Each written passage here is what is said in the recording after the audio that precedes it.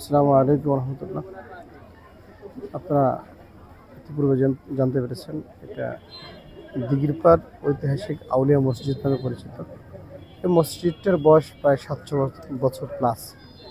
এই মসজিদে অত্র এলাকার নয়, শুধু বিভিন্ন জায়গা থেকে মানুষ এসে নামাজ পড়ে। অনেক মানুষের অনেক ধারণা, যেখানে আসলে তাদের মনের বাসনা পূরণ হয়, আসলে শান্তিও লাগে। ঐতিহাসিক ঐতিহ্যবাহী একটা মসজিদ, পুরানা মসজিদ, আউলিয়াদের হাতে গড়া মসজিদ। এই মসজিদে এসে নামাজ পড়লে তাদের আত্মার তৃপ্তি পায়। সেই সুবাদে এখানে অনেক লোকজনের সমাগম হয়। তো মসজিদ কমিটি এবং এলাকার বেশ জনগণ যারা ইসলামপন্থী, আমাদের কয়েকদিন আগে বাংলাদেশ খেলাফত মজলিসের পক্ষ থেকে গাড়ি র্যালি হয়। তারপর এই অঞ্চলের লোকজন আমাকে বলে, ভাইজান আপনি আমাদের এখানে আসেন, মসজিদে একদিন নামাজ পড়েন এবং এলাকার লোকজন যারা আছে তাদের সাথে আমরা মত বিনিময় করি।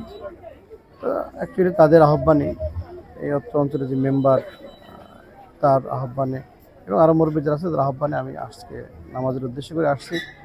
যারা মুসল্লি ছিল আর সবার সাথেই মত বিনিময় করেছি, আগামী দিনে যাতে করে সকলেই ইসলামের বিজয় সুনিশ্চিত করে। বাংলাদেশ খেলাফত মজলিসের পক্ষ থেকে আমি মিজানুর রহমান মোল্লা রিক্সা প্রতীক মাখানে আগামীতে নির্বাচন করব, এটাই সবার সাথে মত বিনিময় হয়।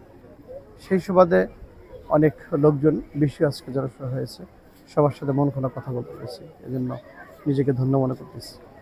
আসলে এখানে হলো কয়েকদিন আগে এরা বলছিল যে মসজিদের প্রয়োজনীয় বিষয় নেই আর কি। মসজিদের প্রয়োজন, মসজিদের ইমাম সাহেব এবং আমার কিছু কাছের মানুষ যারা, তারা বলছিল মসজিদে সাউন্ড সিস্টেম নাই। তো এটা তারা বলছে পর আমি মোটামুটি আলহামদুলিল্লাহ করে দিতে পারছি, সেজন্য নিজের কাছে ভালো লাগতেছে। এবং আর একটা দাবি আজকে তারা করছে, এই পাশে একটা উজুখানা, মহিলাদের উজুখানা, পুরুষদের উজুখানা, এই উজুখানা নিয়ে এক দাবি করছে। আমি আশা করি ইনশাল্লাহ এটাও করে দেব। ধর্মীয় কাজ করতে পারে, নিজের কাছে ভালো লাগে, শান্তি পাই এবং মানুষের সেবা এবং খেদমত করে যেতে পারি, তাহলে নিজেকে সার্থক মনে করব। আল্লাহ পাক যদি এই মানুষের ওছিলায় আগামী দিনে বিজয় দান করে, সংসদে গিয়ে কথা বলার সুযোগ করে দেয়, তাহলে আমি প্রথমেই এই 3 থানার মানুষ, ভাঙা সদরপুর, সর্বদ্রেশন, এই আসনের মানুষের যে অধিকার, ন্যায্য অধিকার আদায়ার্থেই আমার প্রধান কাজ থাকবে। কারণ বিগত দিনে যে সমস্ত এমপি এই অঞ্চলে তারা শাসন করেছে, সাথে শোষণও করেছে। কারণ এই অঞ্চলের এই মানুষগুলির ন্যায্য অধিকার তারা সবসময় খর্ব করেছে, হরণ করেছে।